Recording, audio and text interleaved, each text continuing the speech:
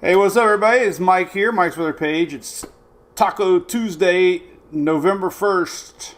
Hard to believe, right? November. Where in the heck the year ago?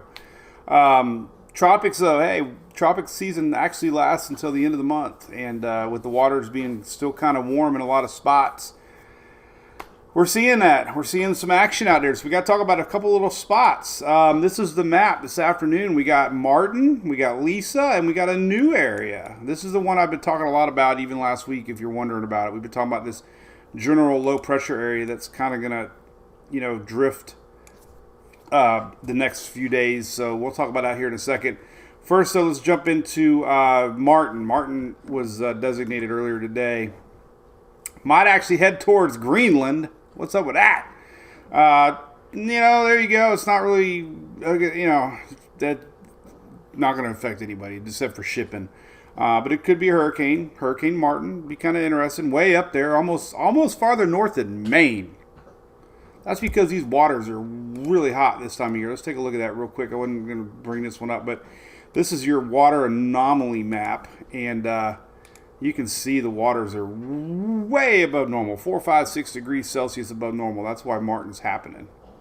Our other system is Lisa. We got a lot of people down in the Belize area, a lot of little islands down there. This thing has ticked a little to the north. We talked about it this morning on Daily Brew. It's expected to be a 90-mile-an-hour hurricane on approach. It could be even stronger. The H-Wharf showing even more, so pay attention to that. We could see something even close to 100-mile-an-hour, Cat 2 range. So yeah, be aware of that. This is going to be a pretty strong system, and it's gonna shoot right through Mexico there, pop on the other side, and models are having this thing turn back. And this is what we're going to talk about a little bit too. But yeah, and there are not a lot of development concerns. But if you look at the spaghetti models on this, you're seeing it. Hey, I mean, it definitely catches your attention. Majority of these are kind of coming back, and the latest Euro actually has it maybe even reforming in the Caribbean. So we'll show you that. A lot of wind shear coming down this week, so the Gulf does not look like it's going to support this thing to re-intensify. Really, no models are showing it yet. If it does, they're all kicking it back southeast. So that unlikelihood of this thing heading to anybody in the U.S. But if it gets down to here, a week plus, you just never know. So we're going to talk about that too. So here's the latest. Let's go to, I like weathernerds.org. Weathernerds.org is a good site that shows the ensembles here. And what we're seeing here, our system passing through the Yucatan. Let's rewind it a little bit. This is really good modeling data that you'll see from all the different ensembles. Majority of these European ensembles are popping it, stopping it, and popping it and stopping it, and reacting to a southeast motion. But we're also starting to see low pressure here popping into the picture that we've been really showing a lot of really broad low area pressure, and that's marked by the N8C. So watch these, watch this.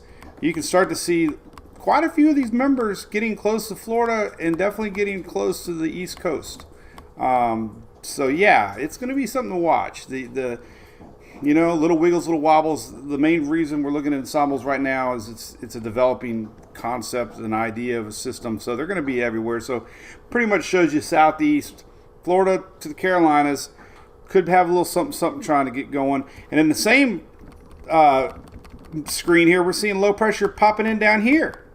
And the 10-day run, we're seeing some modeling, and we're still seeing a little low here in Lesser Antilles. So we could have more stuff to watch after remnants of Lisa and whatever starts to happen here off the East Coast. Let's look at individual models real quick on tropicaltidbits.com. And we'll go to the latest Euro. And, Euro, this is interesting. This is what we got going on here. We have Lisa passing through Mexico, plops on out to the bay, gets shoved back, and watch what happens here. Broad low, this is Sunday, this weekend coming up. Our low is going to kick back through here. Here's our low developing next Monday. And it kind of keeps it, decent little possibility storm, 1,005, 1,006, early stages. Waters are kind of cold now. Could be looking at like a subtropical style system that is more of a wider, far-reaching system, which means even though a landfall off the coast or stays off the coast, we could have bands really spreading wide. So it's definitely something to watch. And then watch what happens on the Euro here. Here's a little bit of energy left behind. Look at that. 1,004. This actually stems arguably from the remnants of Lisa. I'm rewinding it here. Here's Lisa plopping onto the Bay of Campeche on Sunday. And if you just follow along, some of these leftover remnants kind of kick right back, and there you go. So that scenario has kind of been happening with the Euro pushing it back south.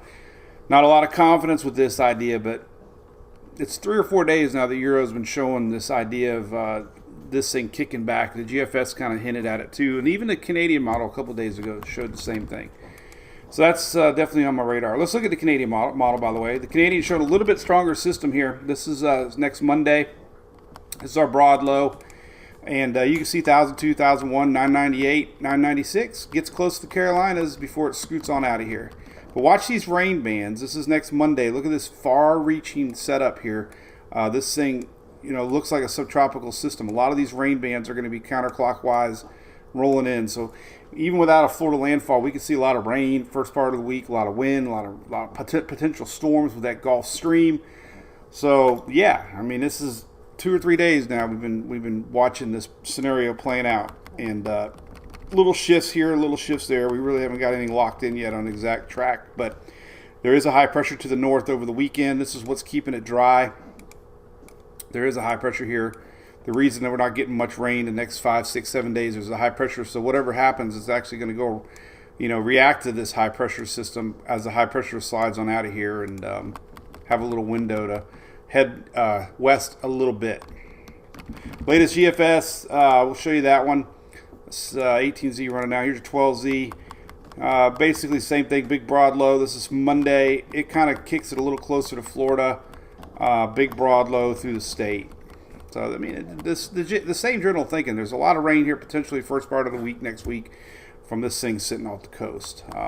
So it's kind of very early stages, but it's worth mentioning. It's worth watching, and, we'll see what happens. We'll see if there's any chance. And the NHC is marking it now, so it's not we're not guessing anymore. So, far as anything developing too strong, these broad lows take a lot of time to consolidate down into a tight little low.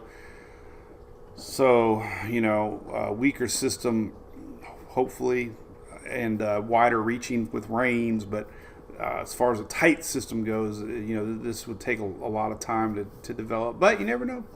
Something to keep an eye on. But that's what's happening in the weather world. We'll be live tomorrow morning, Wednesday, Daily Brew at 9:19 Eastern, right here on YouTube. Thanks for watching, and thanks for subscribing. Trying to get the channel up. 100K is coming soon. I think we're at 50K now, 50,000.